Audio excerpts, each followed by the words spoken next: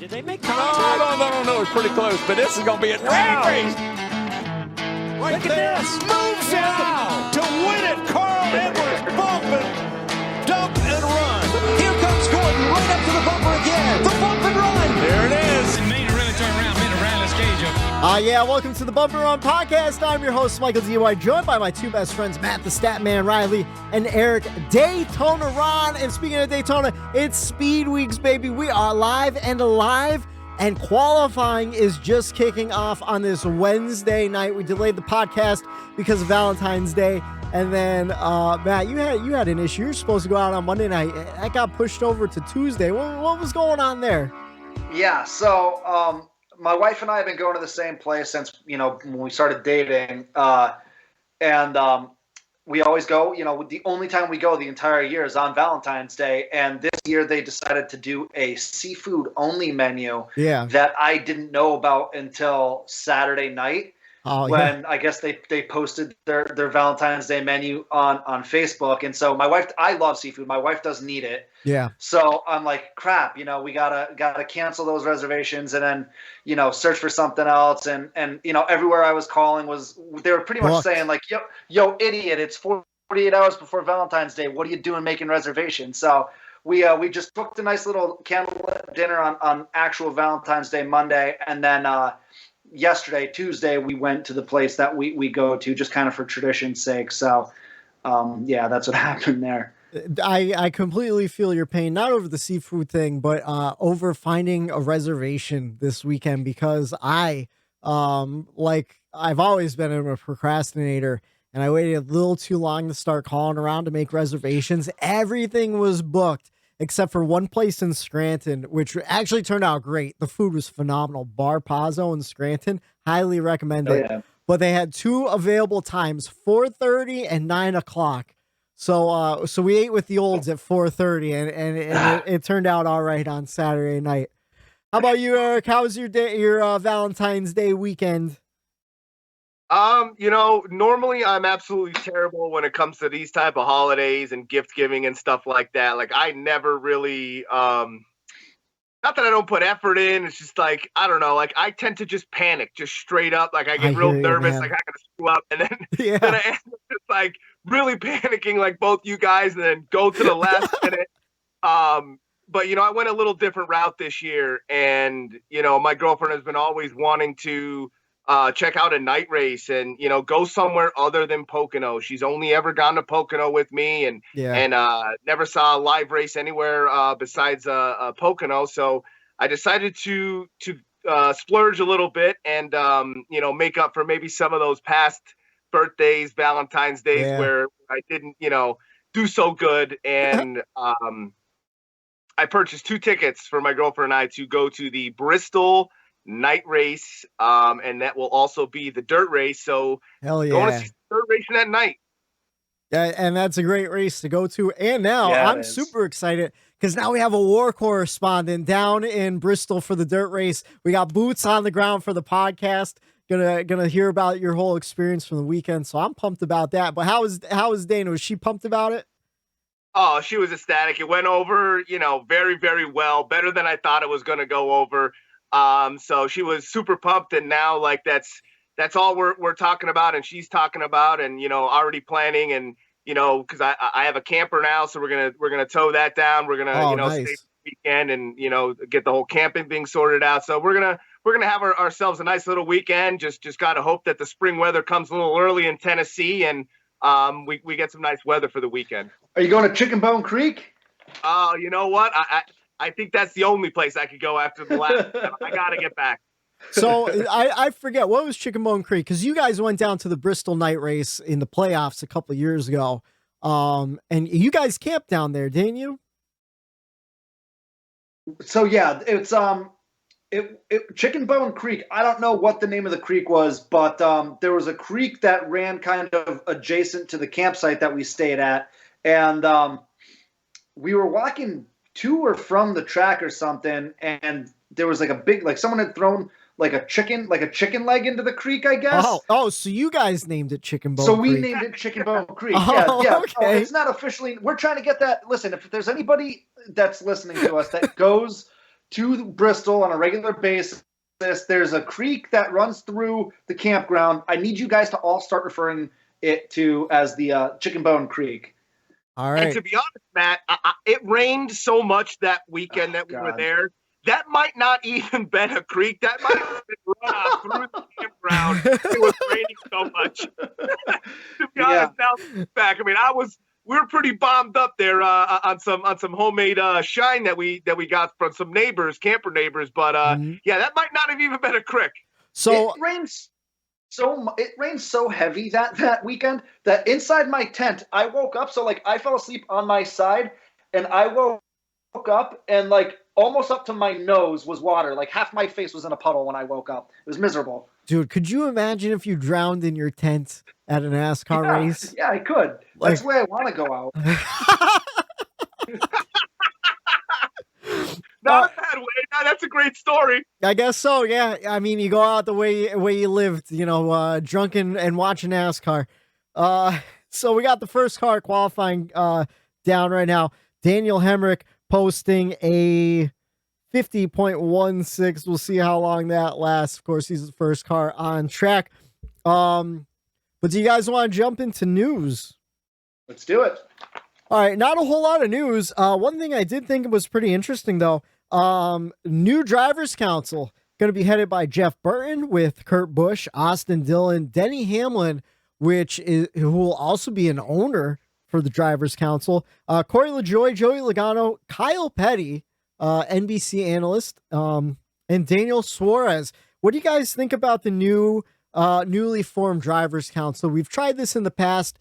Obviously it didn't work quite the way they wanted to. It seems like they're taking a new direction this time.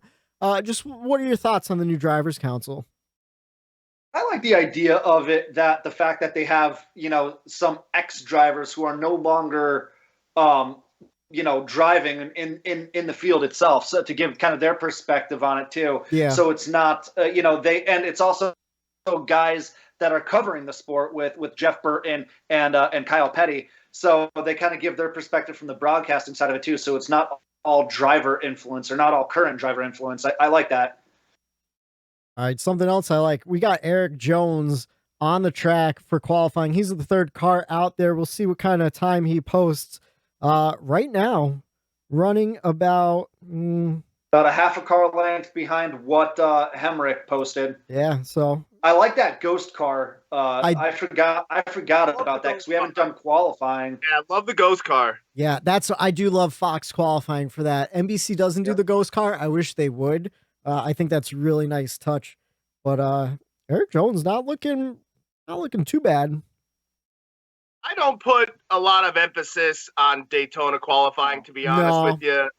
It's nice to get the pole. It's nice to start up front, but most of the time it's more about how the car feels. Yeah. Yep. Agreed. All right. Let's see. Looks like he's posting a second place time with a 50.22. So about it's about a tenth and a half off Daniel Hemrick currently in first. So we'll keep you up to date with some of the movers and the shakers of qualifying as we do it. Of course, you're going to be listening to this after qualifying, but I figure it'd be fun to react to qualifying while we do the podcast. But Eric, what do you think about this new drivers' council? Like you guys touched on, we kind of had something like this in the past, and I don't know how much pull that they'll actually have, and if there is any issues, what they could actually get done. I know, they would like to have an input, when it comes to, changes and innovation with the sport and where the sport goes. But it's always good to have something like that in case something does go wrong, just for a different, I don't know, you never want like the guys running the show, the vice president, the CEO to have all the say. You want people that are a part of the sport, that are working in the sport, to have an opinion as well, and to know that opinion is going to land on the ears and actually get get through to the people at the top. Yeah. I was listening to Denny Hamlin earlier today, and he was talking about the formation of it and everything. Of course, he was on the old drivers council too. And he was kind of like, a lot of the fans say the drivers really don't know what they're talking about, but for the most part, the drivers and the fans kind of line up pretty much about, I would say 85 to 90% of the time.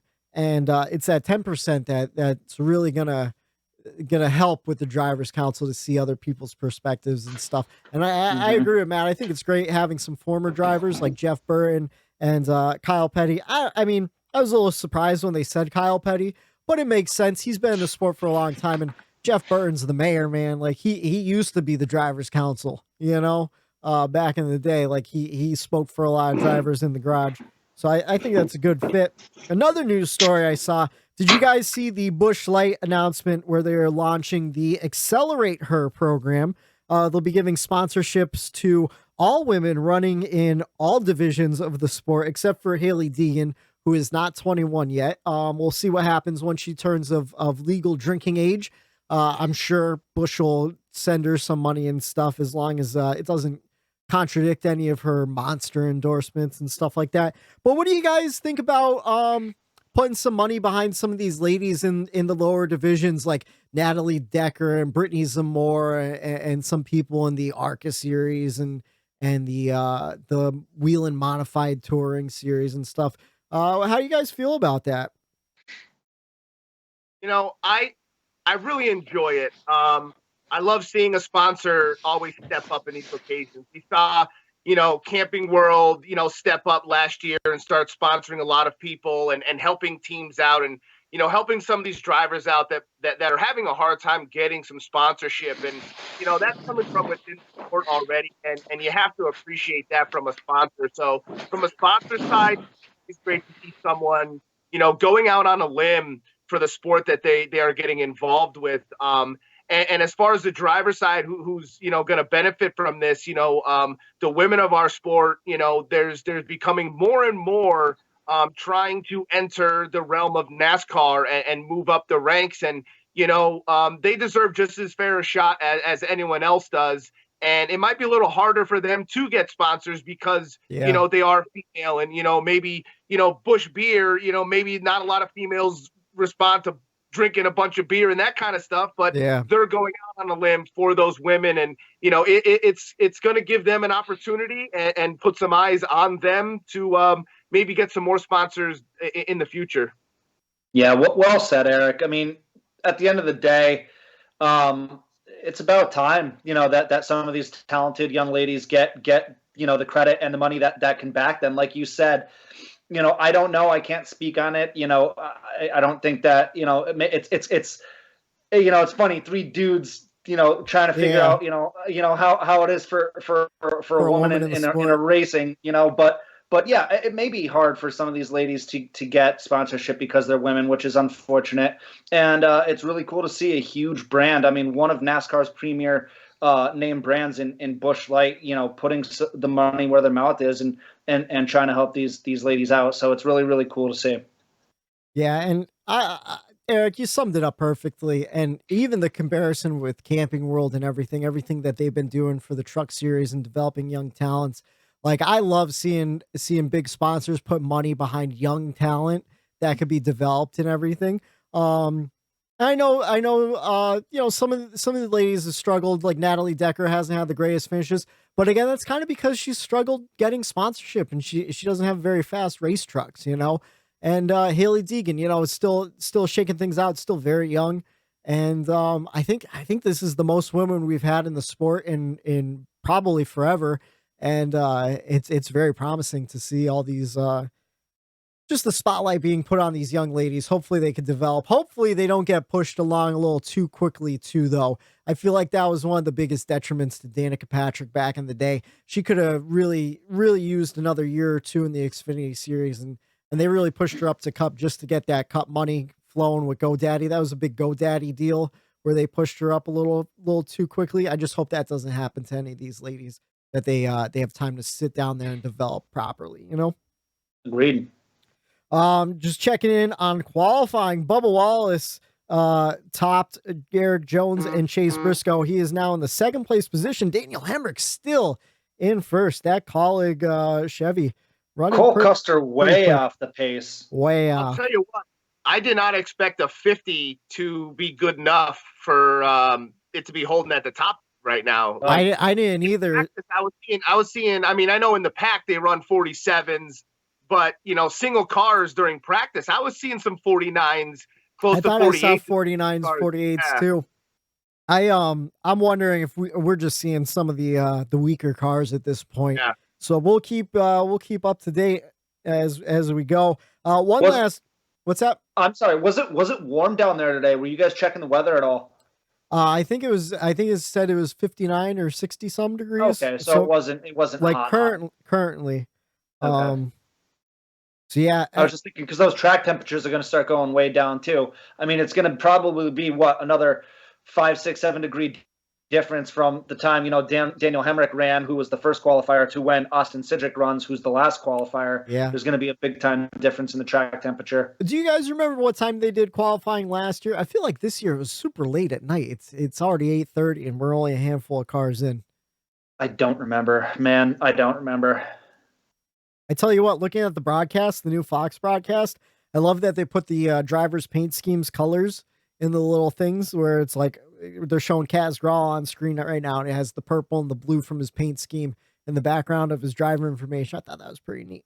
Little note to check out if you're watching the Fox broadcast in the future. One last piece of news, and I only put this in because I have a story about this guy. Trace Atkins to perform the national anthem at Daytona. Now, you guys obviously know I used to be a country radio DJ. Shout out Froggy 101, Scranton, Pennsylvania. If you watch The Office, I used to be the night guy over there. And I learned a fun fact about Trace Atkins before his first album. His wife shot him through the heart. It went through both sides of his heart. He survived, and he never pressed charges because he's like, yeah, I pissed her off. And he went on to become one of the biggest country stars of the late 90s, early 2000s there. But he's going to be performing the national anthem at the Daytona 500. Not that you need to give any commentary, but what do you guys think about that story? Eric, you're shaking your head. I think you do it. Oh, yeah. I've heard that before. I think like she actually called 911 and like didn't really mean to pull the trigger. And like it was kind of on accident, but like there were some guns being pointed around. Yeah. And I don't think she really intended to, but when you're in the midst of a battle, I'm sure some of the words getting exchanged weren't of I won't even go down that road, but I think it was partially an accident because I don't even think they split up after that. I think they stayed married for a couple of years. That's right there. Hell yeah. Hell yeah. Love does exist, boys. Death do us part, and you know what? It almost was death do us part. Damn. So, all right. Honestly, with the listener at home, this show is going to be completely different from what you're used to because obviously we have no real race to talk about. We're kind of doing a season preview as well as a Daytona 500 preview all at the same time. So I wanted to do some season predictions. I think I have a whole bunch. Eric and Matt, I think you guys said you only have a few. But I figure we could go back and forth, maybe discuss some season predictions, some bold predictions, some possibly pretty likely predictions. I don't know. But do you want to jump into that? Yeah, let's go. I actually do kind of have a bunch too, Whitey. I was just kind of trying to think of some, and when something just popped in my head, I ended up writing it down, whether it's worthy or not. Like we'll see what you guys come up with, and I'm sure we'll have some similar things that we could touch on, saying I kind of agree, and I'm going that way too. But I know I'm ready to get into it. I think this will be fun. I kind of just did the same. I was just kind of like brainstorming because Eric, you brought it up before the show. It's so hard with the next gen car to even start to predict this season. There's so much unknown with the cars and how they're going to run, who's going to run well. So I was kind of going a little bit off of my driver talent that I have in my head. Like, oh, these guys are talented to do this. Oh, these moves, I think they might struggle. So there might be some crazy stuff in here. Out the window with this next gen car, all of what we know in our head, we kind of have to, scramble that all up and get to a reset,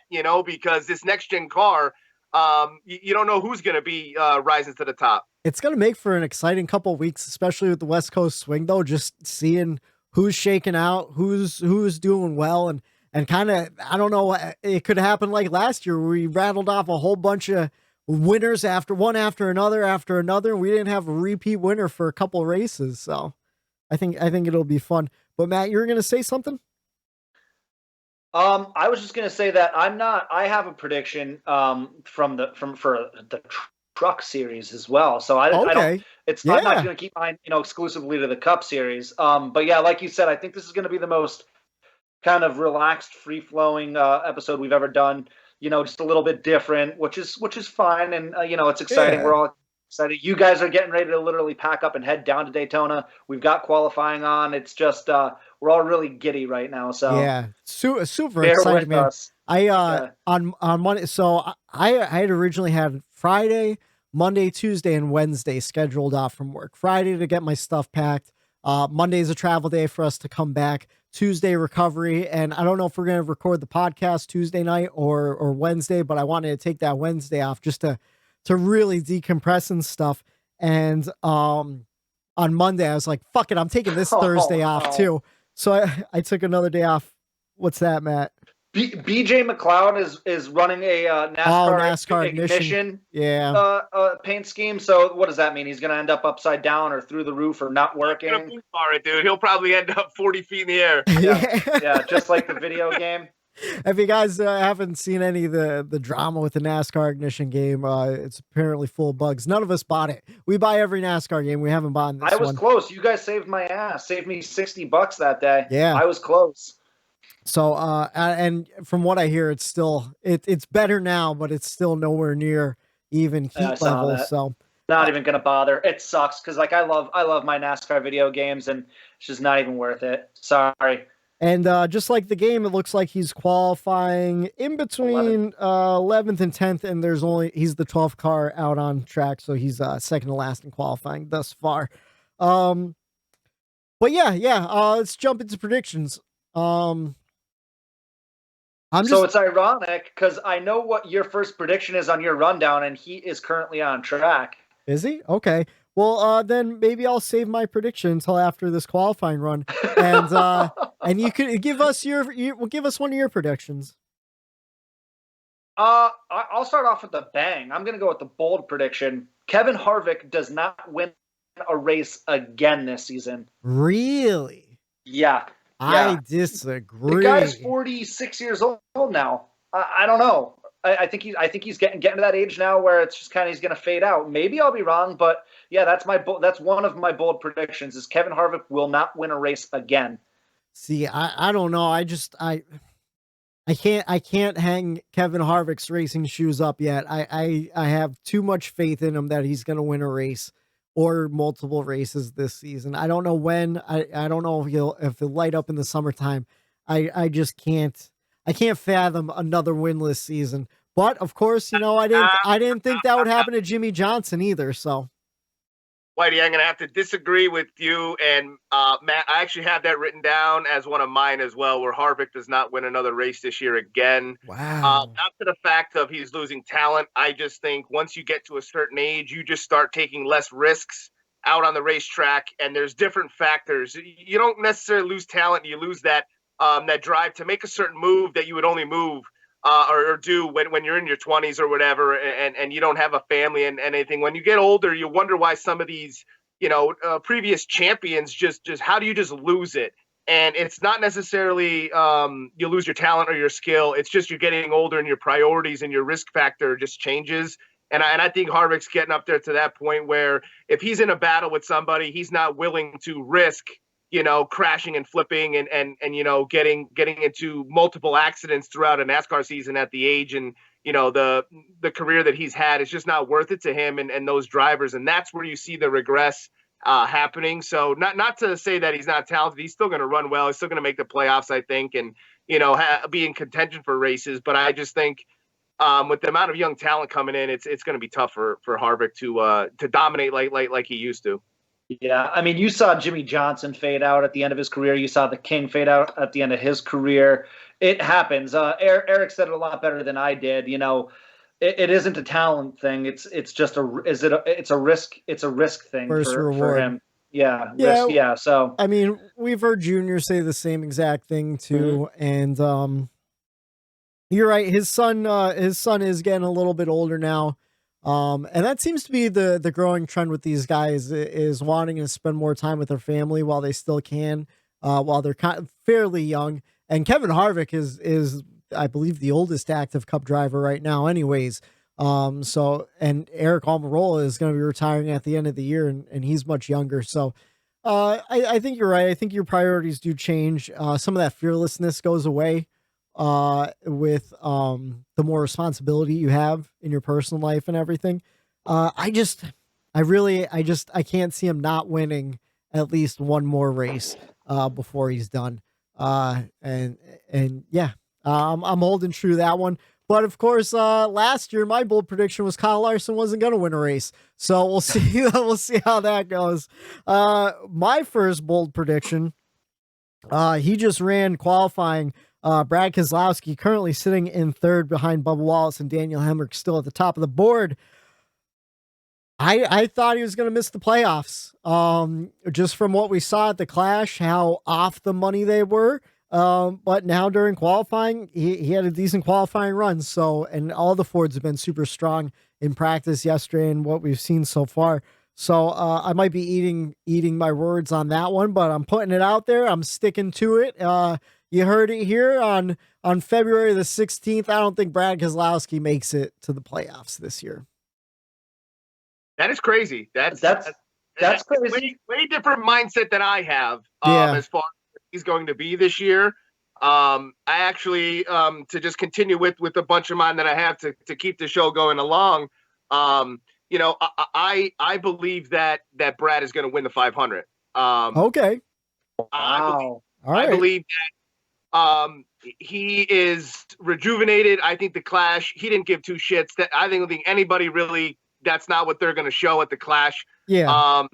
Not necessarily even what Daytona is going to show as far as for the bulk of the season, but I just think, like you nailed it too, Whitey, with the Fords have been fast. Fords have been tough. Brad is one of the best plate racers in this field. Yeah. And during some of the interviews earlier today, I saw him and his composure during an interview where he looked hungry. He looked like he knows he's been close here a lot of times. He knows he should have won here a lot of times. Yeah. And those little things didn't happen. And he just keeps telling himself, my time will come. And I just believe what better time than a new car, new team, you're an owner, and what better victory than the Daytona 500 victory for your first win as an owner driver. That's a great story. That's a great story. Yeah, I mean, him and Kyle Busch both have that Dale Earnhardt syndrome where they're going almost the entirety of their career, and they're chasing the only thing really that they have left to prove is that Daytona 500 win. And neither of those future Hall of Fame drivers have it yet. So, Eric, really not a bad theory at all. I'm going to piggyback off of that.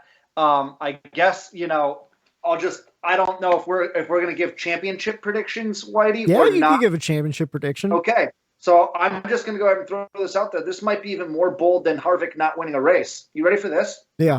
I think, and I told you guys this before. Well, I told you I was high on him before we started recording, but I didn't tell you this part of it. I think Ryan Blaney is going to win the Daytona 500. I think Ryan Blaney is going to win several races, and I think Ryan Blaney is going to be your champion at the end of this year. Wow. I just have a huge gut feeling that he's about to break loose this year. I would love that. that. I also think he's going to have a very, very great season.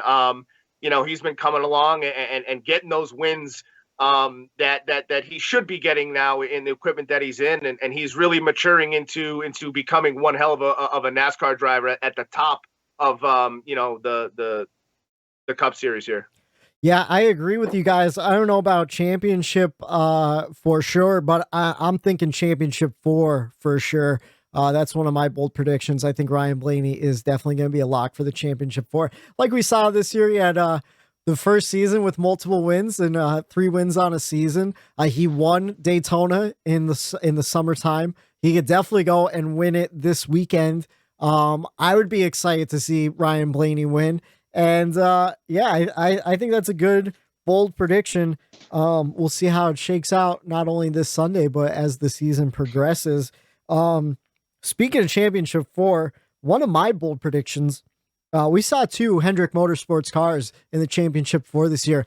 I think we only see one, and I'm not going to say who, but I have a driver in mind, and I think he's a young driver who hasn't made it to the Championship 4 yet. I think William Byron might make the Championship 4. Just a gut feeling, nothing really behind it, but I just really liked what I saw last year. He kind of got screwed out of his playoff hunt by my driver, Tyler Reddick. Apologize for that.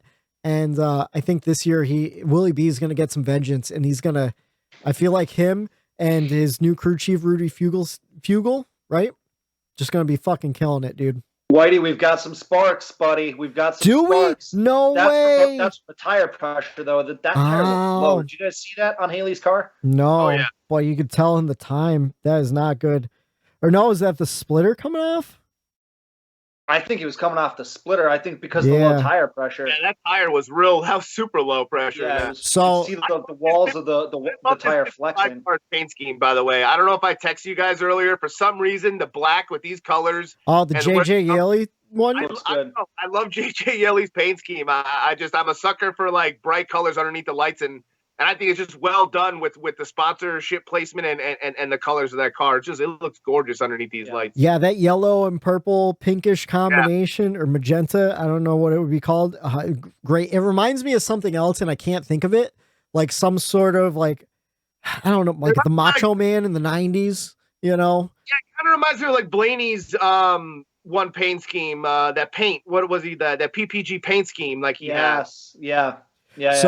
So obviously you're not watching qualifying with us at home as you listen to this. So if you're wondering why we're talking about sparks, well, in previous years, super speedway racing, you see all the sparks flying underneath the lights because the track bar would drag across the pavement. It would create sparks. That's how you knew a car was super fast, when that track bar was just sparking it up. Well, yesterday during practice, I made the revelation we're not going to see that because we don't have track bars to adjust anymore. And that's one thing that I was going to miss from super speedway racing, but maybe we'll get splitters scraping. So back to the predictions, since we're kind of rat-a-tat-tat and kind of jumping around, I told you guys that I have a prediction for the that's an awful paint scheme, Timmy Hills. Yeah, that's not good. So to the truck series, our old buddy Matty Di Benedetto. I should have just stuck with just Matty D. I always slaughter his name. I don't think, not only is he not going to not win a race, I don't think he's going to make the playoffs in the truck series. I don't think so either. But of course, Rackley War Racing is a new team, and they didn't have the greatest results last year. But for a new team, I thought they had decent results. You know what I mean? Yeah. I don't know. I don't have any faith in him anymore. No, I don't either, to be honest with you.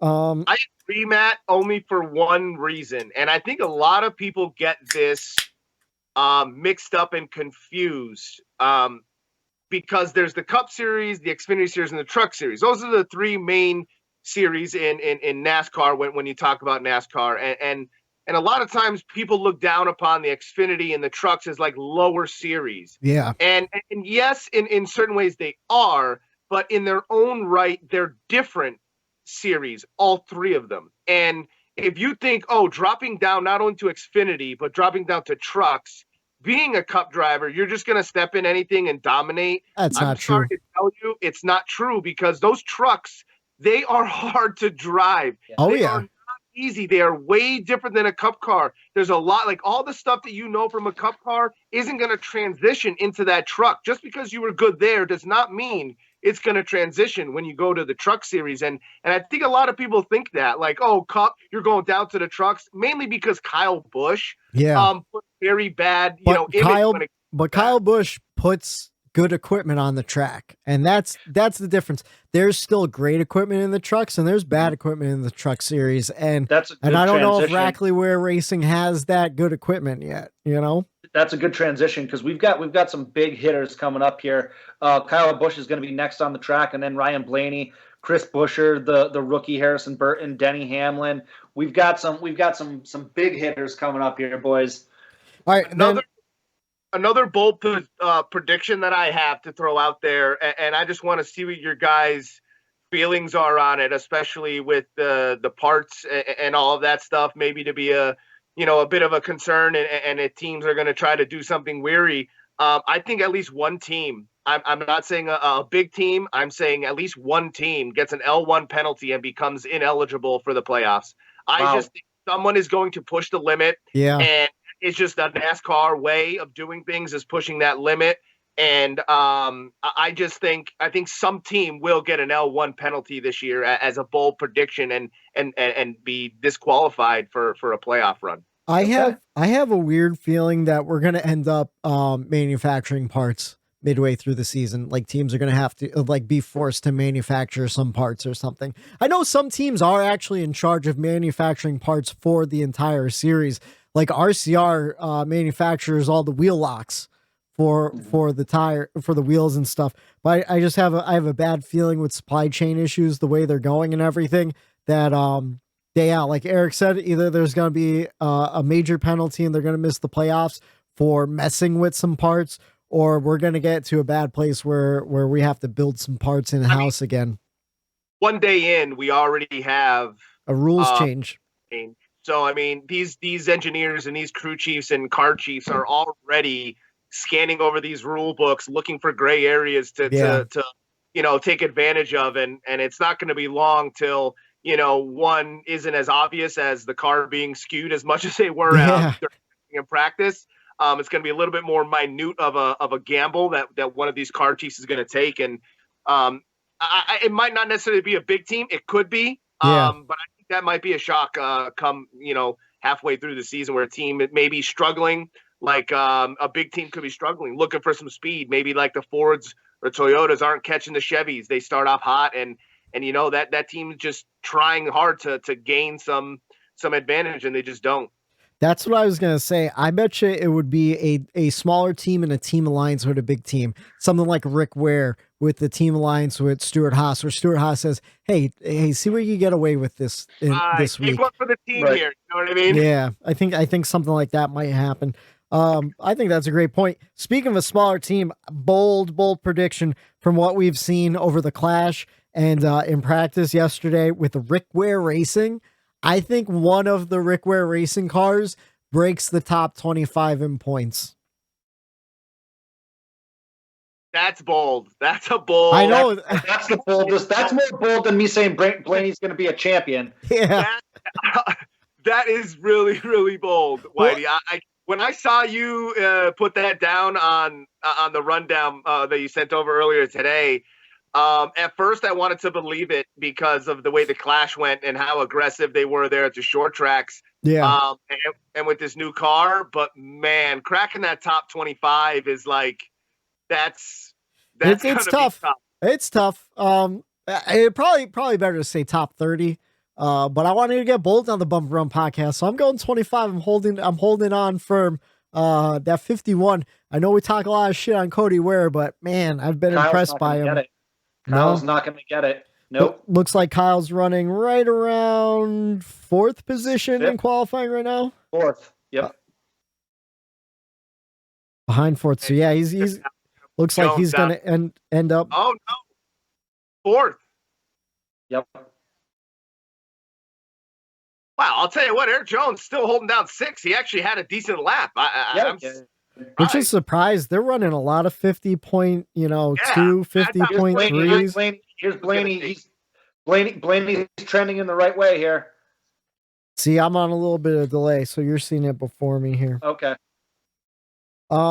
Speaking of bold predictions, and speaking of Eric Jones, I think he's going to point himself into the playoffs this year, and he's going to be leaving Ty Dillon behind. Ty Dillon, I think, is going to struggle this year. I think Eric Jones is going to either point himself in or lock himself in at Daytona finale before the playoffs. Oh, make me look good, Blaney. Make me look good, Blaney. To kind of jump off of that, I also have another very bold prediction where I saw, my original driver, Matt Kenseth, win at my home track And, I just think Blaney's right on the edge of first. Oh my goodness. This is so tight. He's not going to get it. Second. Wow. Ryan Blaney, second fastest so far in the lineup. He was car number 24 of qualifying. So, wow, that's a fast Ford. Sorry to cut you off there, Eric. What were you saying?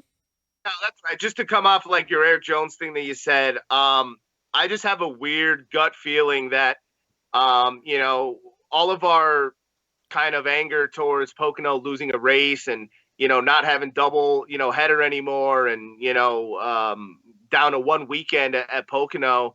We were all kind of upset about that. And I know, I was super upset because it's just another weekend to get away to the Pocono Mountains and we all enjoy going there. I just think it's going to be worthwhile this year. And one of my bold predictions and a hopeful prediction is that, I get to see my new driver in Eric Jones get a win at my home track at Pocono this year. I think he gets that win at Pocono to propel him in the 43 back to victory lane. Okay. What better way for me than to get into victory lane for the 43 car at my home track at Pocono and to cement myself as a fan of the 43 in the playoffs. That's the thing. Eric Jones has a lot of top fives at Pocono. He runs Pocono really well. Yeah. And I think, man, I was texting you earlier in our group chat just talking about Petty GMS. And I was listening to an interview with Eric Jones. He was talking about it where a lot of the crew guys came over from Petty, but management is pretty much all GMS guys, and they know how to manage a truck team. I think they're going to know how to manage this Cup Series endeavor very well. And I have high hopes for the 43, man. I really do. For not only for you, but I like Eric Jones, man. I think he's a great guy on and off the track, so I want to see him do well. Yeah, man, come on. He's got a little pet bunny and a German Shepherd. What more could you ask? Oh, yeah. He's got one of those bunnies with the floppy ears, too. I love those things. I don't know what they're called, but I think they're the cutest. I don't care. I will say it. he reads the kids. Come on. Like, he's just a stand-up guy. Well, Harrison Burton. Oh, my goodness. Harrison Burton with a fast Ford. Look at the two guys on the top right now. Wow. Well, I might as well bring up this one. I said no rookie would win or make the playoffs. We'll see how that one goes. Harrison Burton running really good tonight. We'll see how he does. We'll see how he does out in the crowd. Here's Denny now. Denny's going to take this away from him. So you just gushed over your guy Eric Jones and how you think he's going to do. I'm going to have to give some love to my guy Tyler Reddick. He made the playoffs this year, right on the cut line, eliminating the round of 16. I originally thought he might make it to the round of 8, but I'm going conservative. I think he does a little bit better than last year, and I think he makes a run to the round of 12 for Tyler Reddick. That is my bold prediction. And I actually don't think that's bold, Whitey, to be honest. No, I was going to go round of 8 to be bolder. Yeah, I think Reddick. I think that's expected out of him now. And I think the drivers expect that out of Reddick too. I think he earned a lot of respect last year with the way he handled himself through that adversity through the playoffs and, bumping into and kind of taking out, the 24 and William Byron there at the end. I think he handled himself well. And I think he earned the respect of the drivers through the way he did handle that. So, I don't think that's really that bold. I think he should definitely make it to the round of 12. Wow, Harrison Burton holding on to the pole thus far. Denny Hamlin just ran. He is in second. Wow, 100th. Daniel Hemrick still running in third. The first car on the track, still third in qualifying. This is interesting. I'm taking back my bold prediction. I'd say no rookie wins or makes the playoffs. I know it's just Daytona. You really can't. Noah Gragson made it in on time. He officially made it in. Noah Gragson made it in on time? Okay, perfect. Then I will take him off the list of the 6 open teams that we will discuss in just a little bit. Well, I was going to say, I guess I'll wait. I guess we're heading that way towards that pickle lane anyway. On a heater. Wow, he is a full car length ahead of stand at the top of Harrison Burton right now. Wow. The track is changing, dude. Yeah, it's getting cooler. All All right. Well, man, ADD podcast today. I hope we're not losing the people listening at home, but this is exciting watching qualifying. I have one last bold prediction, and it's not even a bold prediction. We kind of touched on it already. William Byron, multi-win season, deep playoff run. Not bold at all. I think that's going to happen. Your boy Whitey, he's up now. Reddick's on track. Oh, and Larson, less wins than he had. I think he wins 7 races this year. Ooh, Reddick about a half a car length behind Ross Chastain. He's about a full car now. Still a good lap. Right now it's like a 6th place time. I'm happy with this so far. So Whitey, I when you said about no rookie winning, I think Austin Syndrick in that 2 car. I think, Penske is just who it is with Joey over there and Ryan Blaney. I think he's got some great minds and great teammates over there to get, the job done this year. He already had a couple stints with a couple races last year that he almost had a chance to win. So my last bold prediction kind of goes hand in hand with this one, where Austin Syndrick wins as a rookie. Okay. And he wins at a road course. All right. He is a great road course racer. Which in turn then is my last bold prediction, because he wins at a road course, is Chase Elliott goes winless on a road course. Okay. Wow. That's pretty interesting. I don't know if you can read my chicken scratch there, but I have it written down. Austin Syndrick, a rookie, wins at a road course this year. Yeah. I'm more surprised that you think that Chase is going to go winless at road courses. I do. I just, for some weird reason, he's known as the king there. He's known as, the road course ringer. I just think there's a lot of young guys now. You saw, Christopher Bell take one of those wins away. You could see Allmendinger take one of those wins away. Now you add Syndrick in there. You have Artie Martin Truex Jr., the Kyle Bushes of the world out there that run well at road courses. I just think everyone knows he's going to be. I think he's going to get a little beaten, banged up around those road courses and not. That's my bold prediction is he doesn't win on a road course. And I don't want to be a homer, but I'm going to be a homer right now. Don't forget who got the pole down in COTA this year. He ran really well at the Roval. Tyler Reddick has really improved on road courses. So I got my fingers crossed that Whitey, I don't want to be a homer. Yes, you do. I know, whatever, man. I'm just saying. Did I lie? Did I not spit truths? Come on. All right, that's all I have for bold predictions. Matt, do you have any more predictions left? Did I mention that Harvick's not going to win a race? Yes, you did. Yeah, I think you did. Sorry about that. To our buddy Shrey. I have your back, brother. How about you, Eric? You have any more bold predictions left or no?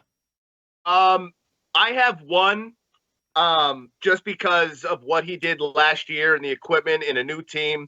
And I think that carries over, just like how, liquor coming up. I think Daniel Suarez points his way into a playoff. I could agree with that. No, I could agree with that. I could too. I like that call.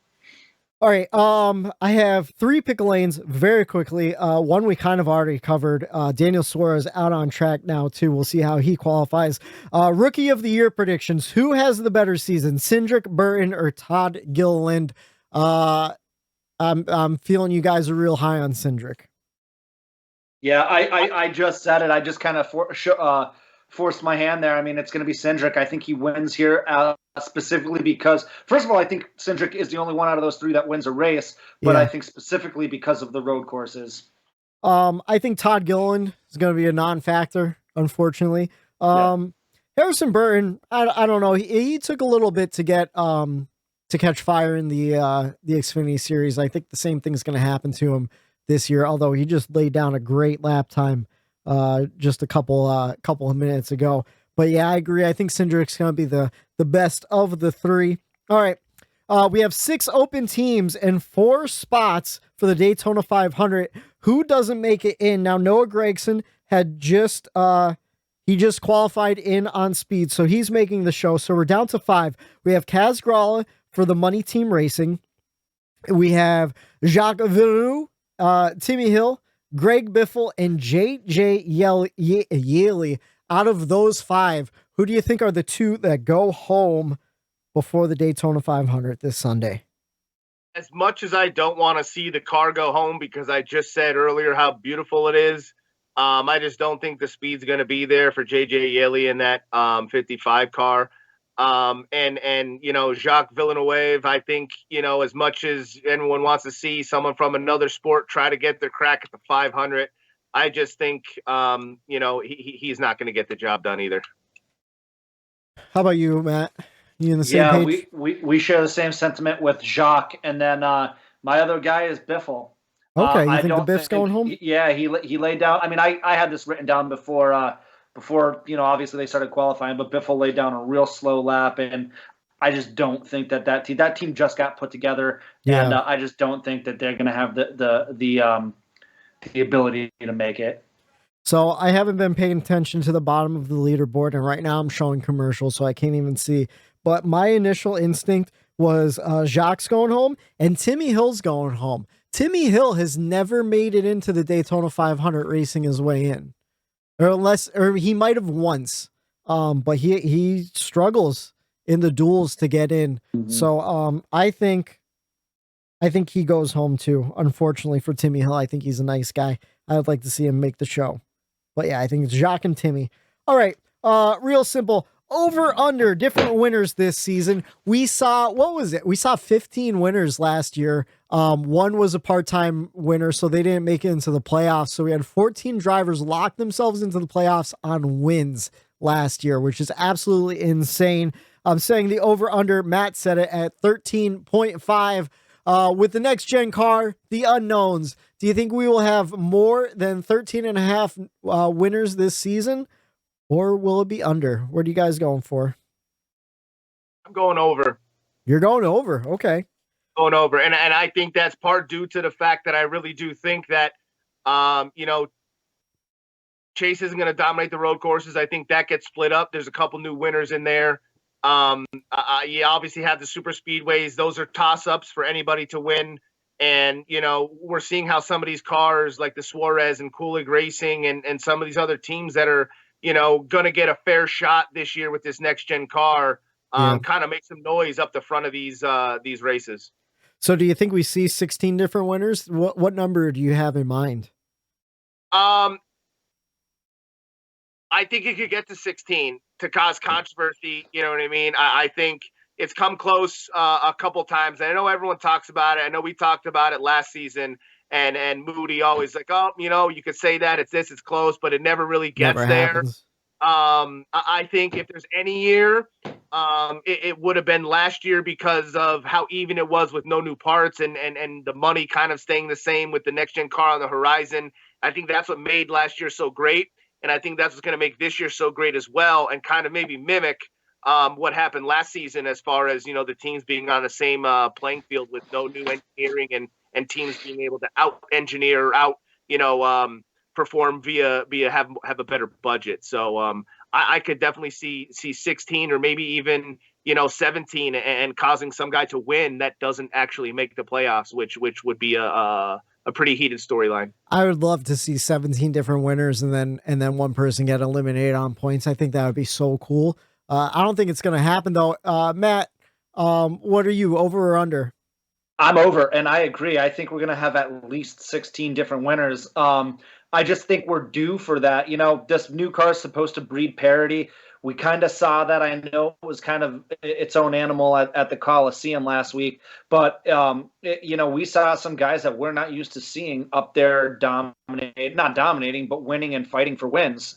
So if that's the case, we're gonna see different winners than we're used to seeing, and a lot of them. I would love Eric's scenario of seeing 16 plus winners, and then it comes down to a points battle, or I know all three of us have been vocal on the fact that a win shouldn't be an automatic qualifier anyway. 2 maybe, but 1 shouldn't be. Yeah. So I think that theory gets tested this year for sure. I at least I hope so. Truex is on a heater right here, boys. Yep. Yeah, someone I think that's going to have multiple wins this season. Martin Truex Jr. Slowly pulling away from that pole position, but he was ripping the first half of this lap. We'll see if he could pull it off. Right now, he's sitting in the second place spot. second place behind Ross Chastain. Ross Chastain holding strong in first. Harrison Burton, that moves him down to third. And then, of course, Denny Hamlin and Daniel Suarez rounding out the top 5 in qualifying. So far, very interesting, boys. People up top that I didn't really expect to do this well. So it's exciting. I was going to go with the under on 13.5 wins, though. I think, and I think it's going to be just under. I think we're going to see 11 or 12 different winners. I think early on in the season, a lot of teams are going to hit really well on this new car setup, and they're going to take up a bulk of the wins away from some of these other teams. So you can see like 4 or 5 guys just rattling off a couple, rattling off wins. Okay. Yeah. Okay. That's just the way I see it. Again, it's so hard to predict. We haven't seen this car race besides last week at the Clash and practice at Daytona. Literally the two polar opposites that you cannot use at all for predicting any of the other races of the season. So Kevin Harvick just laid down a 19th best lap. So wow. Yeah. But I mean, that's one of the things that I'm so excited about for this season is that, we have no idea what to expect. There's so many ifs and there's so many things that could happen. I mean, all the way down to the freaking parts. Are there going to be enough parts to field cars? And who's going to be good? Who's not going to be good? Who's going to get a handle on this? Is there really going to be parity? Or, is the cream going to rise to the top like it always does? There's so many unknowns out there that it's a brand new season for a million different reasons. And it's super, super exciting. Well, and now's the time where we're going to go and rattle off all these drivers. We're going to do a little stock trading with driver stock. We're going to buy and sell who we're just guessing is going to be good this season. I have a couple surprises for you. I think I might have some surprises for you guys too. I am only going with full-time drivers. So any car that has multiple drivers for the season, I left off this list. And the first person currently sitting in first place of qualifying for the Daytona 500 with Trackhouse Racing, one Ross Chastain. Are you guys buying or selling Ross Chastain this year? So keep in mind, all of this was written down as Chase Elliott starts his hot lap here. All of this was written down before tonight for us. I am selling on Ross. I need to see a lot more out of him before I buy that stock. And really? Right now he's immediately proving me wrong. Come on, Chase. See, I was the opposite. I was an immediate buy from what I saw at the end of last season as he's Chase flying. Chase. Sorry. Probably about to best Ross Chastain's lap time right now. We'll see if Chase could get it done in that number 9 Napa Chevrolet. He is gone. What a hot lap this is. Holy shit. Yeah, but his teammates still get to go. Who's Alex Bowman, 4 consecutive front row starts in the Daytona 500. Let's go. Wow, is he flying though? Wow. Good. Hendrick is always good. There's your 40. There's your 49, Eric. There's your 49. I knew it would have to hold up, and like I said, we're getting towards the back. The last 5 or 6 guys running here, they're gonna run hotter laps, and Hendrick does, and again for the millionth time, this means nothing, for the actual 500 and how they're gonna race, but Hendrick almost always, gets those top 2 spots in the 500. At least hit 180. What's that? What was that? Only car to hit 180. That everyone else is 179. Yep. And here's Alex Bowman, his teammate, that's running right ahead of him. Yep. Wow. Those Hendrick cars, man, are they fast? This is exciting. I hope Bowman gets 5 in a row. That'd be sick. He's about to get it. He's putting Chase's fast lap to shame, and Chase was impressive. He's got it. Bowman to the top. How many cars after Bowman left? Only 4. We have Eric Almirola, William Byron, Larson, and Syndrick to go. All right. Let's get back to buying and selling. I'm buying Ross Chastain. Matt, you're selling Ross Chastain, or at least you were before qualifying. Has it changed? Still am. You still are? How about you, Eric? Are you buying or selling Ross Chastain? I'm not gonna do either just yet. You're gonna watch the trends and see how it goes. Yeah, I wanted to sell him like you said, or buy him immediately, Whitey. But then something in my gut told me don't. Okay. And I'm a very intuitive person where I kind of go off of that and I feed off of those feelings sometimes. And something about me, I think it's gonna be a little tougher on him this year than it was. And I know he did have a good year, but I'm gonna hold on a little bit for Chastain. Wow. And right now, Eric Almirola running really well too, sitting in right around the second or third position. That's a fast forward compared to Kevin Harvick, who just ran a 20th place lap. Oh my goodness. All right. Speaking of another Ford, how about Austin Syndrick? Are you buying or selling that stock? I'm buying Syndrick stock. Like I said, as a rookie, I think he already has some experience in the Cup level, running a few races, and I just think you're going to a great and an excellent ride in that 2 car over at Penske with some great teammates that are, one's already a champion and as Matt predicted, another one to possibly be a champion this year. So a lot of great minds to pick through and sort out and get your rookie year, underneath you. And I think he's gonna have a really, really good rookie season. How about you, Matt? You buying or selling? I'm buying. I think he's gonna, like I said in my predictions, I think he's gonna win a race this year. Yeah, I think William Byron's about to take this top. Wow. It is a battle for Hendrick for the top spot. Yeah, I think this is one of those stocks you get in on the ground floor, you sit on it, and you hold it as long as possible, because even if this year he doesn't pan out, he's going to pan out. There's a whole lot of talent behind that young man. How about Byron to the top? How about Austin Dillon, RCR? You buying or selling as William Byron takes the pole position so far in the Daytona 500 qualifying? I'm buying Austin. I'm buying both RCR boys. I think they're going to have a breakout year. Specifically, your boy. I know we're not on him yet, but okay. I think both RCR guys are gonna have a breakout year. Between the both of them, I'm thinking 3 or 4 total wins. How about you, Eric? What are you thinking for Austin Dillon? You buying or selling?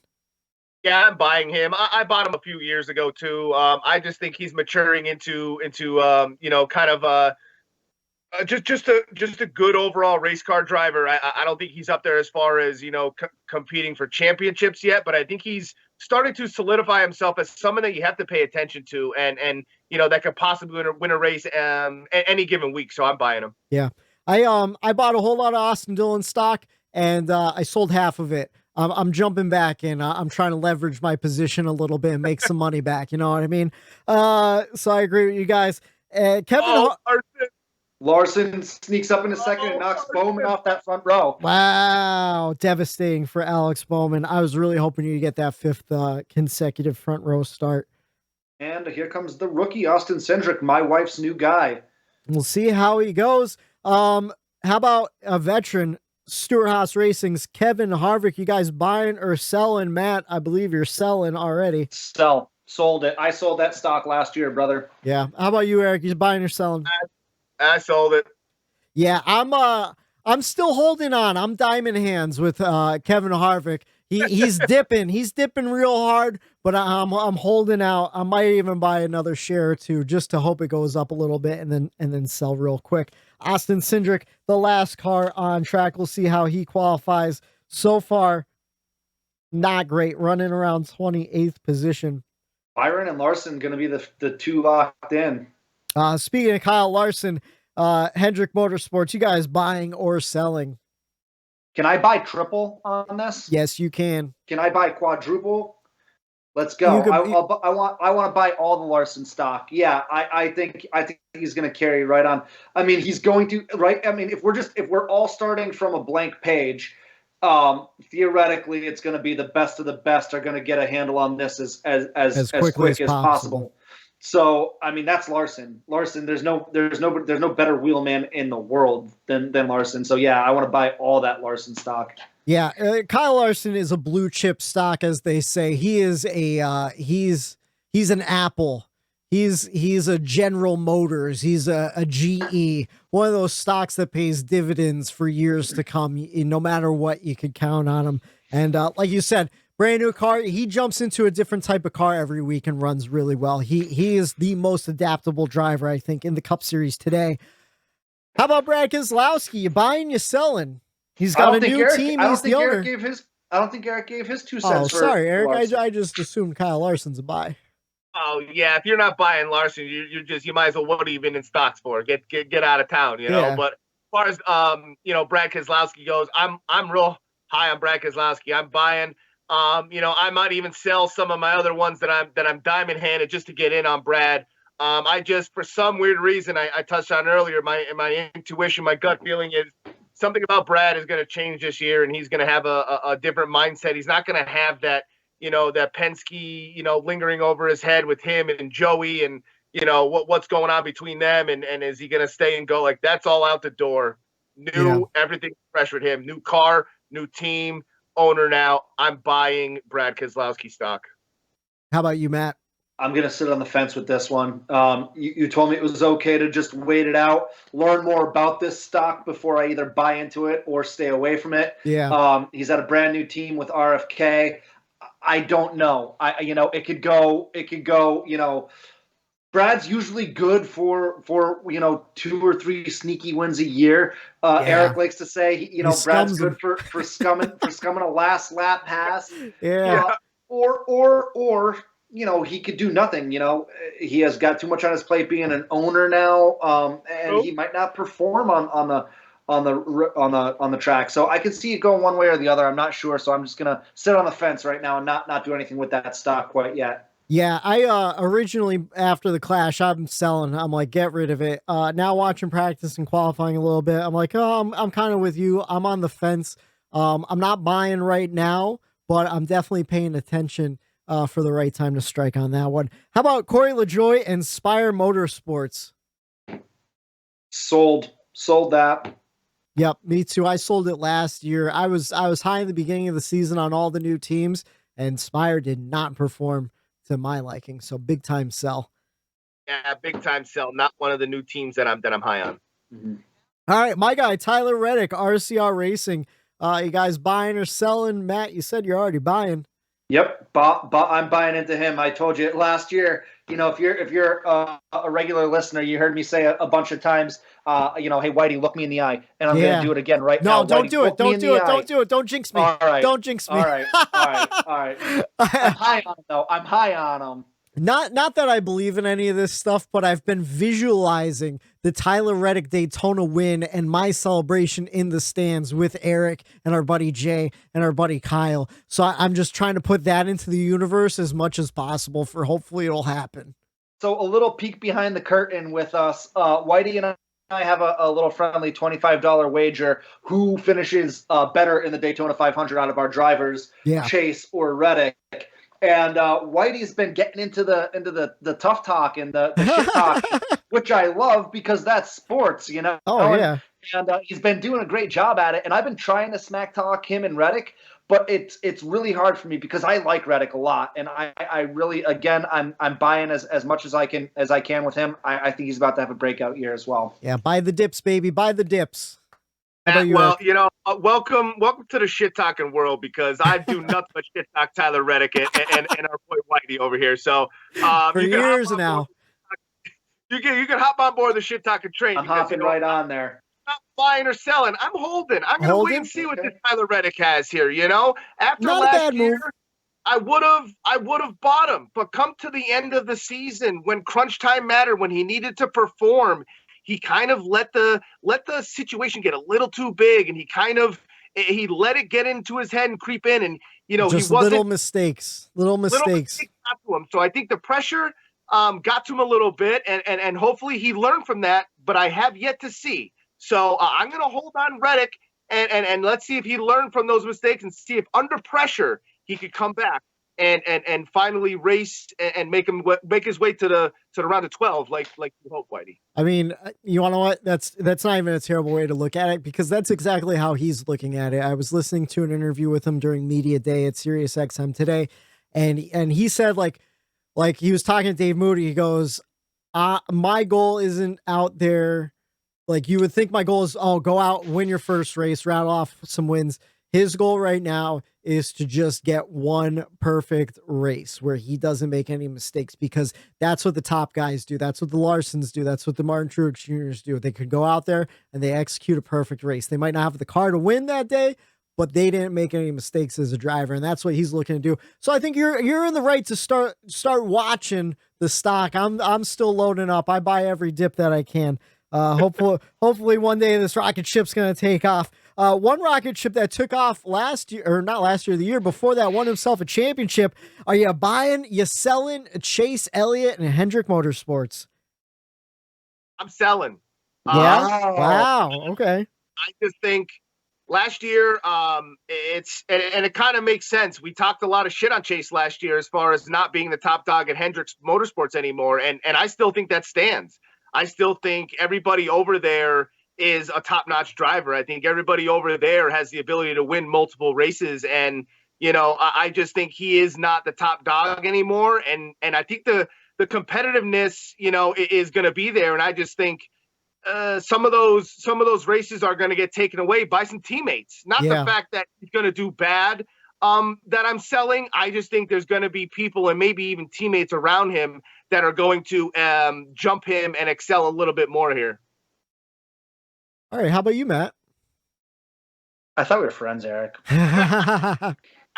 No, I get it. I'm gonna buy. I'm buying. I literally have bought so much Chase gear over the off season anyway. Yeah. So I have no choice but to buy. But I'm nervous. Like, I don't like. He didn't have what Larson had. I mean, no one did last year. Byron, I thought showed. I mean, if Byron could just be a little bit more consistent, I thought he was stronger than Chase was last year. Bowman won more races than Chase did last year. Yeah, he's a champion, and you can never take that away from him. But I want to see him be more consistent this year. I want to see him, get those wins more often. And I am buying, but I'm hesitant. I don't want to see him take a slump this year. So I'm buying, but I don't want to have to sell. I was a heavy buy on Chase last year. I sold off a lot throughout the year, but I'm still holding on to half of what I have. I feel like he's solid in the portfolio. I'll wait to buy some more, but I'm not selling anytime soon. I'm holding and staying in the fence on Chase Elliott. How about Eric Almirola retiring at the end of the year? I'm selling all day long. Been selling for years. Don't even touch him. How about you guys? Sold. All right, Denny Hamlin, Joe Gibbs Racing. You guys buying? You selling? You holding? Bought. I'm buying. I think these are his golden years. I'm buying. I'm selling. Wow. He performed very consistent last year. Did a great job. Took a while to win. Didn't win his first race of the season until Darlington. And not that see, the problem is he ran so consistent. It's hard to say he declined, but I feel a decline coming.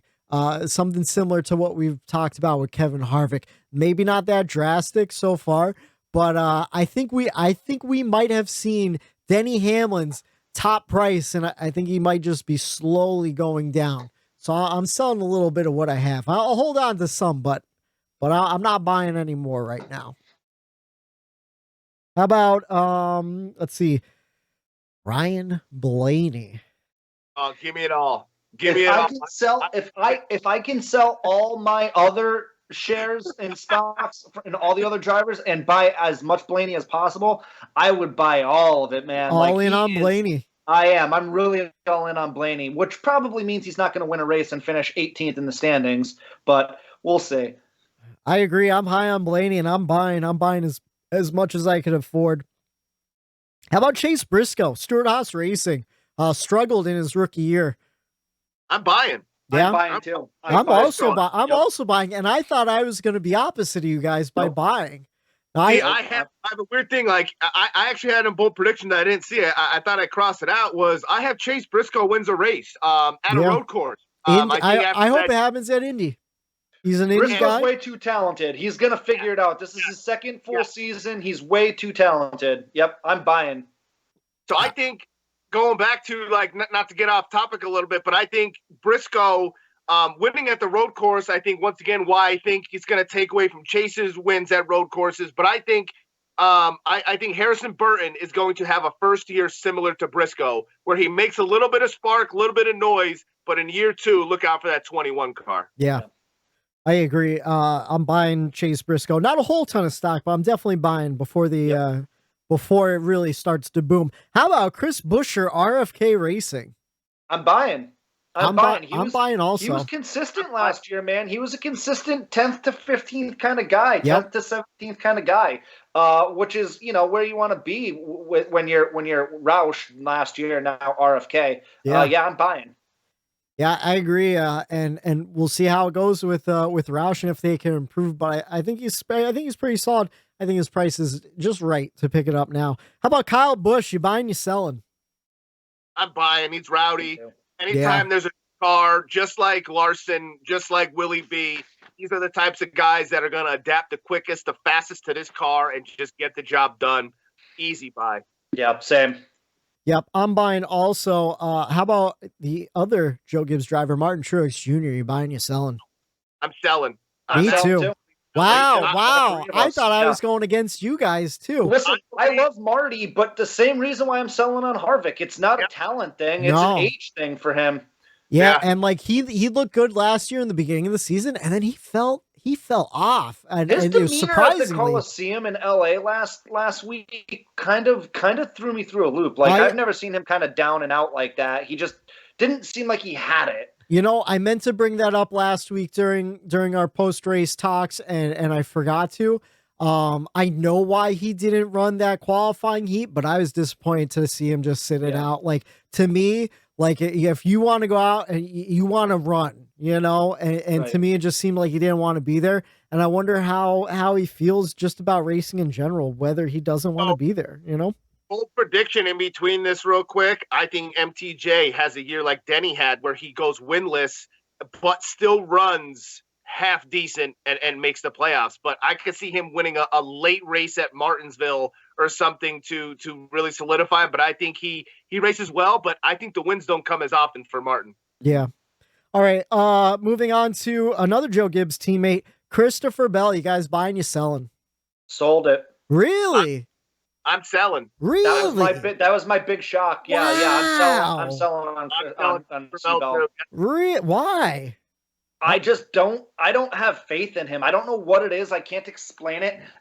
I like Christopher Bell. It's not a personal thing. I don't have faith in him. I don't know what it is. I can't put my it's the gut feeling. It's the opposite of how I feel about Blaney right now. Yeah.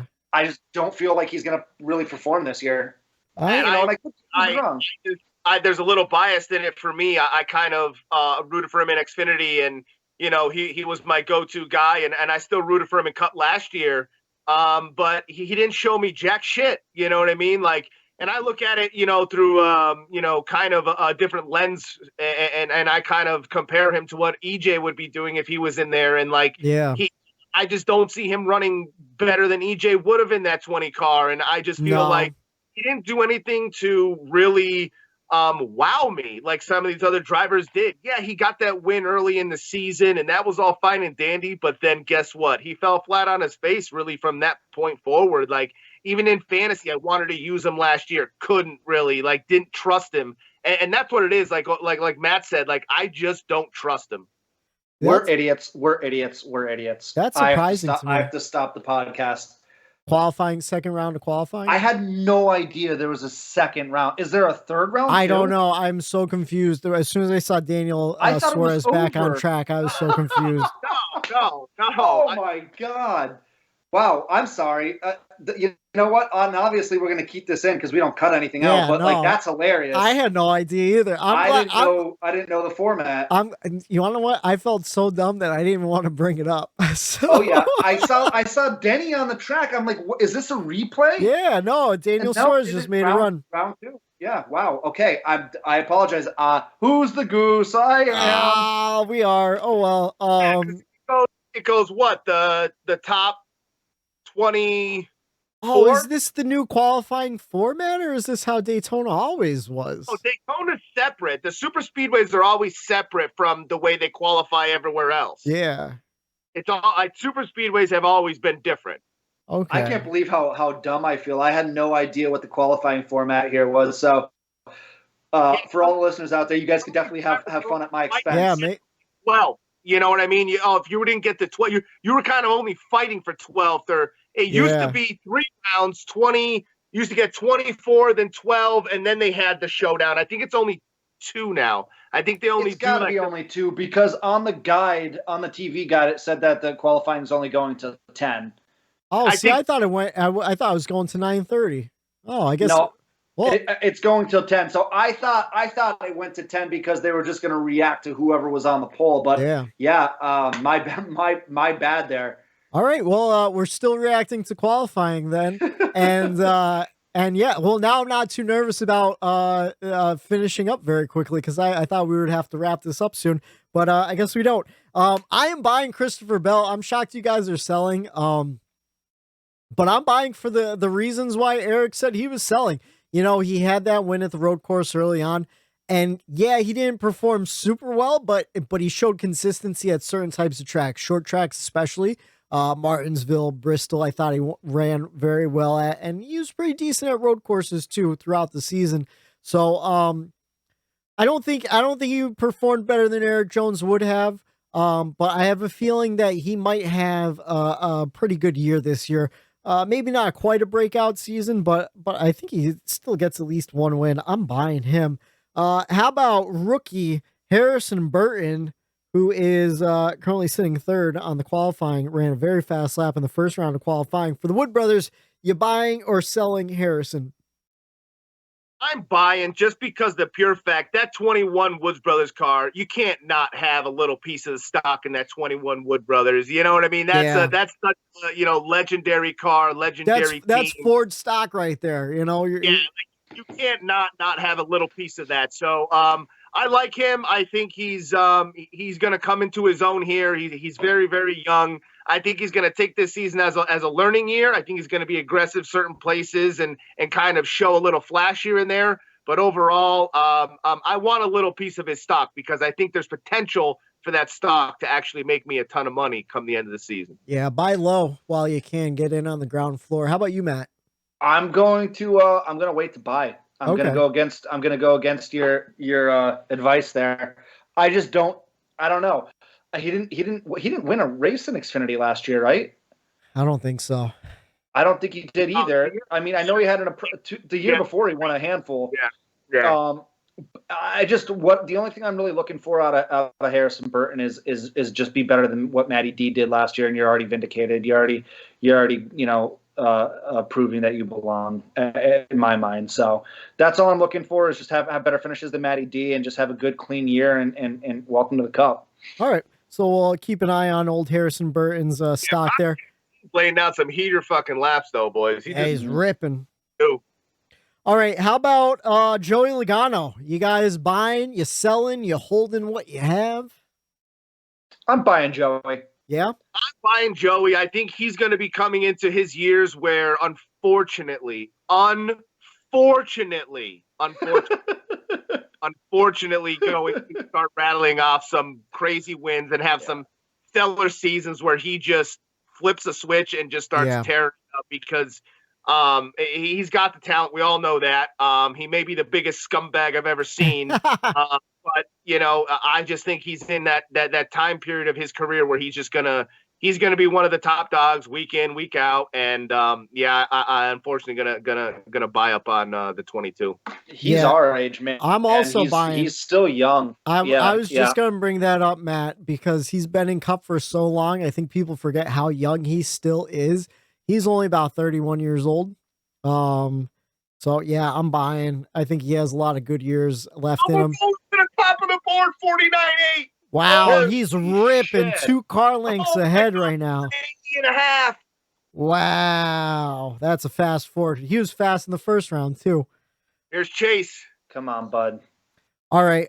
Yeah, I'm buying Logano, and I have a bad feeling, dude, Eric, for us, I think he might win the Daytona 500, and me, you, and all our friends are going to be real disappointed in those stands. Oh, dude, don't even say it. I just have a terrible feeling about it because don't even put it out there. I know, that's why I just keep trying to envision myself celebrating that Tyler Reddick win in the stands with you guys.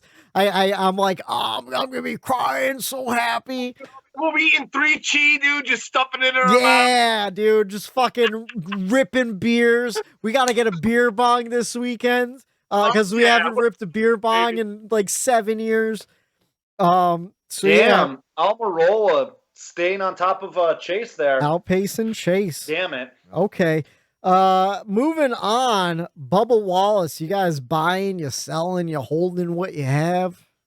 I'm holding what I have with him because I do believe that Kurt's going to help him over there, but I do believe that Kurt is obviously smarter, has more talent, even in his age, and I think Kurt is going to be the lone winner over there at 23-11, and I think, Bubba, yeah, he got his win. You take it how you have it, but it was a rain delay, so yeah. I just think there's some improvement that's going to happen with Bubba. But I'm going to hold and wait to see what that improvement is. Yeah, I'm also sitting on the fence with that one as well. I think that Kurt Busch is going to be a big time help to his development this year. Yeah. But I also don't think he's going to win. I think he's probably going to have right around the same season as he did last year, minus that win. So. On a heater, boys. Wow, half a car length ahead of Eric Almirola right now. Heater. Wow. Wait, what do you have that Hughes net? You're about 20 seconds. I'm behind us. on mobile right now. I'm on my cellular data. Okay. Bowman to the top with a 49.7. Yeah. I'm selling Bubba Wallace, fellas. I bought a whole lot of Bubba Wallace last season with hopes of 23-11 being amazing. Yep. I'm selling most of what I have. I'm holding on to a little bit, and I'm probably going to be buying in a few months. Like you said, I think Kurt Busch is going to help him a lot. I was listening to an interview with Kurt Busch today during media day, and he was talking about trying to help Bubba understand some of the information that the rest of the Gibbs team gives during breakdowns on Mondays after races that I don't think Bubba really knew how to interpret that data. So I'm hopeful for the season, but I'm selling what I have, and maybe I'll pick up some more once he starts upticking. But like Matt said, I think he's going to have a pretty similar year to what he had last year. The Kyle Larson, so damn impressive. Kyle Larson, 49.68 to the top of the board. Oh my God. Bowman's still in second though. He can still get that front row start. Speaking of Hendrick Motorsports, William Byron, you guys buying, you guys selling, you holding on to what you got? Ask me again in 50 seconds. He's on track right now. All right. I'm buying big time. Buying Willie B big time. Y'all know I was kind of sucking him off last year, and I'm back to sucking this year, baby. Bring me all the Byron stock. Yeah, I'm buying too, man. I'm big on William Byron from last year. I think he's gonna keep building on the success he had last year, and I think he's gonna be a championship 4 driver, at least a championship 8 driver.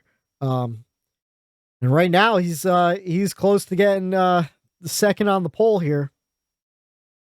I'm gonna be a father now. I can't be listening to you saying things about sucking people off, Eric. Yeah, keep it family friendly here, Eric. I'm buying Byron. I think he's gonna have a huge year. Beautiful paint scheme on that 24 Exalta, though. I really like that paint scheme. Our buddy Shrey bought me a shirt at Pocono. I should bring that down to Daytona this weekend. Bowman's still on the front row. All right, new driver, new team. Justin Haley already has 1 cup win under his belt, a rain-shortened race at Daytona on my birthday a few years ago. That's it. Larson's on the pole. Wow. That's it. Larson got it. Larson and Bowman, your front row for the Daytona 500. Alex Bowman, 5 consecutive Daytona 500 front row starts. Congratulations to him. And we'll see everyone else in the duels tomorrow night. I'm excited for the duels, fellas. I know there's some nervousness. It's going to be a snooze fest and a choo-choo train, but I think we'll still see some exciting moments. But I got to know, are you guys buying or selling Justin Haley in Colleague Racing? Really quick, I am buying Haley. I'm buying also. Yeah, I'm in. I think Kolig's great. All right, let's rattle these last few off. Michael McDowell, buying or selling? Sell. Sell. Todd Gilliland, buy or sell? Sell. Cole Custer, buy or sell? Sell. Also selling. I'm holding from last year. I think he struggled really bad, but I think he might do decent. We'll see. And we'll see how Stewart-Haas Racing as a whole does. Huh? He's comfortable just being in the seat. He's comfortable in there. Yeah. Ty Dillon, buying, selling, holding. After yeah. Oh, okay. I'm buying. You're buying? Buying. After he fist fought the entire pack last Coliseum. If he can do that every race, if he can go out there swinging, yeah, I'm buying that. Sure I am. Don't look at you convinced me. He's my teammate. God damn it. I'm fucking buying. I'm buying the 42 and 43 car. Let's go. I was originally holding, but hell with it. I'm buying too. Yeah. I'm all in on the Dillon. Let's see him bust some skulls in that petty GMS car. How about Eric Jones, buying or selling, fellas? Buying. Big buy. We got high hopes for petty GMS. All right, how about Kurt Busch, 2311, buying or selling? I'm buying. I'm buying too. Ricky Stenhouse Jr., buying or selling or holding? This is my shocker. I am buying, and I'm buying a lot of Ricky Stenhouse. I think he's about to have – I'm not going to go crazy and say he's going to win multiple races. I think he wins a race, but he's consistently top 10, top 15. Okay. I'm holding on him. I want to believe that. But just like Ross Chastain, I believe it's something's not going to go right for him this year. I was buying all last year, small ones here and there. I'm picking them up. I'm holding and I'm buying a little here and there. And that's one I just keep buying every couple months. Every time Ricky Stenhouse Jr. just has a couple solid runs, I'm buying. I'm on it. I want to see JTG Doherty do well. And I hope Matt's right with those top 15, top 10 finishes. How about your second place front row sitter, Alex Bowman and Hendrick Motorsports, buying, selling, holding? Oh, buying. Easy. I'm buying as well. Yeah. Yeah, I'm buying after 4 wins last season. It's still inconsistent. You want to see more consistency. I think that we're going to see that consistency this year. I'm buying up Bowman stock. And the final driver on the list, the 99 at Trackhouse, Daniel Suarez. You guys buying or selling or holding? That's an easy buy for me. I think Suarez is going to point his way in. I think he's just the right amount of aggressive that he needs to do to stay with these talented, veterans of the sport. And I think he's going to definitely point his way into a playoff this year and surprise a lot of people.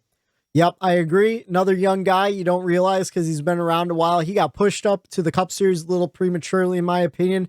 And I think now he's coming into his own. I'm buying all day long on Daniel Suarez and Trackhouse in general. I think their team's going to do really well this year. All right, and that's the stock segment of the show. We're done with qualifying, I believe. Yeah. I believe. Yeah. We thought that a half hour ago. A little embarrassed that we didn't know it, but again, Daytona qualifying different from every other race. And we're going to see some different qualifying this year with some group qualifying. So that should be interesting for the season. But fellas, it's been a while. We got to jump into those picks. Matt, the Stat Man Reilly, you got those Daytona stats? We got the betting odds. Where are we going here? Filibuster for me. Filibuster for 20 seconds. All right. Might as well give you the rest of the Speed Week schedule while we're here. Of course, it is Wednesday night as we record it. If you're listening Thursday, we have truck practice on FS1 5 p.m. We have the Cup Duels 1 and 2, 7 p.m. and 9 p.m. on FS1, respectively. Friday, if you're listening, we have truck qualifying 3 p.m. on FS1. Xfinity practice 4:35 FS1, Cup practice at 6 p.m. and the truck race, the Nextera Energy 250, 7:30 on FS1. If you're listening to this podcast on Saturday, Cup final practice is 10:30, but coverage starts at 11 on FS1. Xfinity qualifying 11:35, no media coverage. Xfinity Beef, it's what's for dinner. Oh, that might be a 1:35 for Xfinity qualifying. Xfinity Beef, it's what's for dinner, 300 5 p.m. on FS1, and Sunday, if you're listening, Daytona 500, 2:30, Fox. Tune in. All right, Matt, give us those stats we need to make some money. DraftKings is the betting sports book we use here in Pennsylvania. Numbers might vary throughout the country with BetMG and whatnot. You're shaking your head, Matt? What's going on? Yeah, so gonna let you guys down here. Are they changing the lines? They took them down because of qualifying. I didn't think about that. Maybe what I could do is I don't know. I'll try to maybe Saturday. Can you check FanDuel? I do not have a FanDuel account. You don't have a FanDuel account? All right, let me pull. I'm loyal to DraftKings. All right. You know what we could possibly do is we could have Matt check back in. We'll make a small little video and post up just a special segment of our betting picks.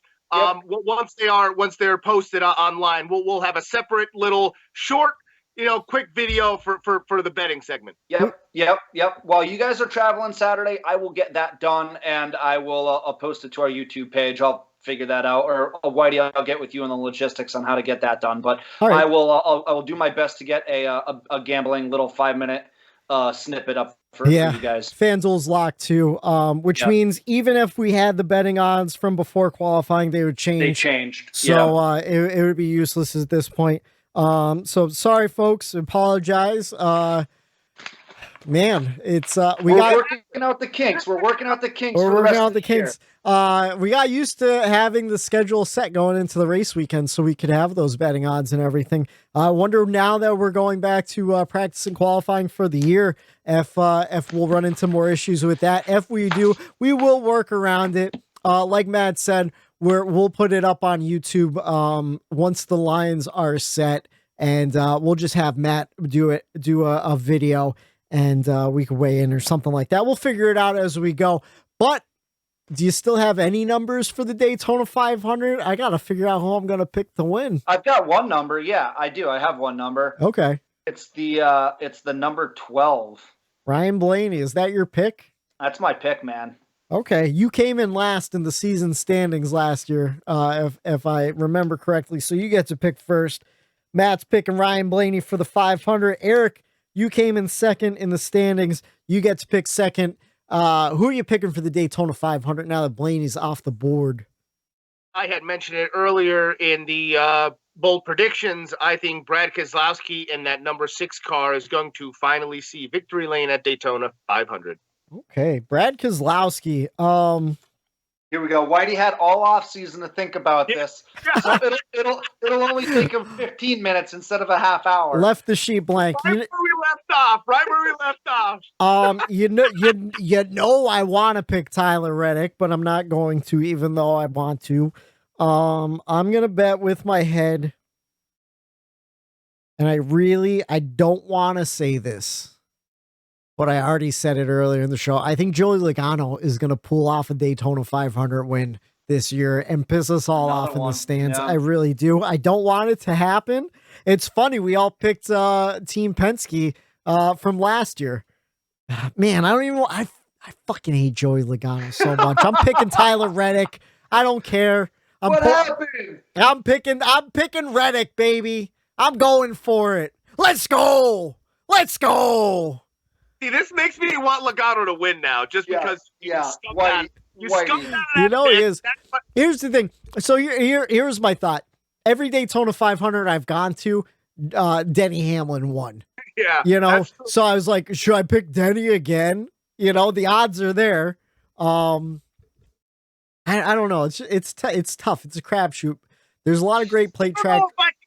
We're going down to Daytona in 3 days. I don't know if I could go down with you, stay with you, and go to the race knowing you picked Joey Logano. So you know what? Yeah, no, I can't do it. You can't pick him. I'm not allowing you to pick him.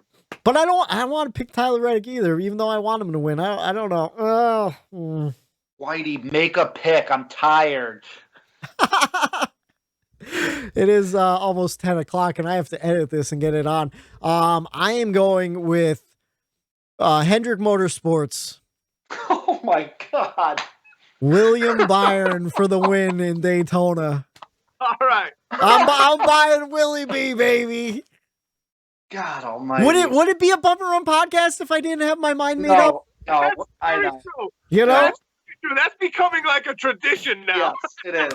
Yes, it is. All right. So to review, Matt's picking Blaney, Eric's picking Keselowski, I'm picking William Byron. I hope it's not Joey Logano.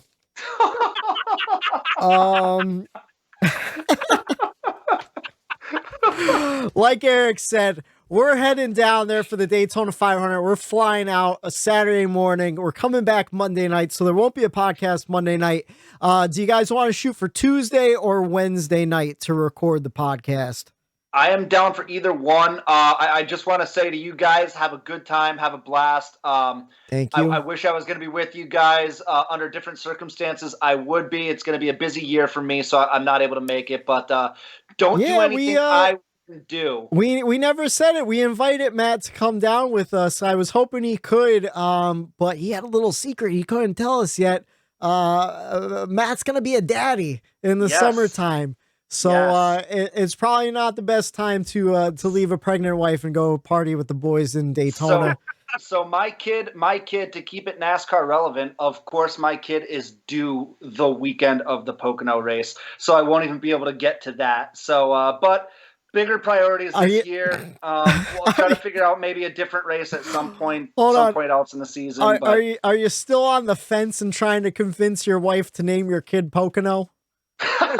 I tried. I lobbied for Pocono. I lobbied for Dale. I lobbied for Tricky Triangle.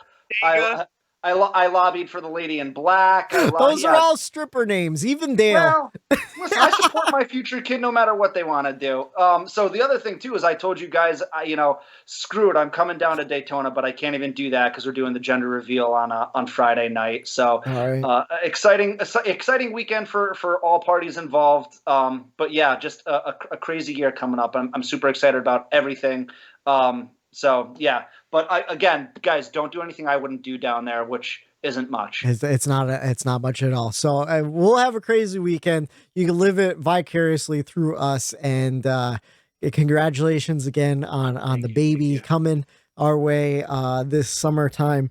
Hope everything works out. Hope it's a healthy baby. And yeah, I don't know. I want to say I hope you have a boy, but I don't know. I feel like either way, it's going to be great no matter what. Either way, we got to start finding sponsorship for a go-kart in 5 years. You want to know what? Bump and Run Podcast will sponsor a couple races. I'm sure we could get Coal City Smoke, our buddy Jay Smoke Shop, to buy some tires for that go-kart. And your dad's got some connections in the outer world. Maybe some Polar. Well, maybe you want to what? Polar. We're still trying to pull once Polar strings. Once Polar sponsors us, maybe we could get sponsored on the car too. That's right. But don't follow us on Twitter. We might post some live updates of our trip down at Daytona Beach, some pictures, and while we're at the racetrack. So make sure to follow us, and we're on everything. So make sure you follow us, like and subscribe. Yeah, if you follow us on Twitter, hit us up. Justin Pierce, you're heading down there. I'd like to meet up with you before the race, have a beer in the parking lot or something like that. Anyone else who's listening, hit us up. Let us know if you're going to be down there. Try to do a little meetup if we can. Have a couple beers in the parking lot, and then watch the Great American Race this Sunday. 2:30 on Fox. Will it be Willie B, my pick? Will it be Blaney, Matt's pick? Or will it be Brad Keselowski? A whole lot of B's in these picks. That's Eric's pick for the Daytona 500. And once again, truck race this Friday, 7:30. Xfinity race, 5 p.m., all on FS1. And of course, the Daytona 500, 2:30 p.m. on Fox. And we will break it all down for you either next Tuesday or Wednesday. Follow us on Twitter. We'll give you an update on that. It all depends on how well we survive the weekend.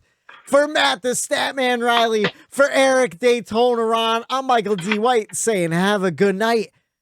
And boogie, boogie, boogie, let's go racing, boys! The Bump N Run! There it is.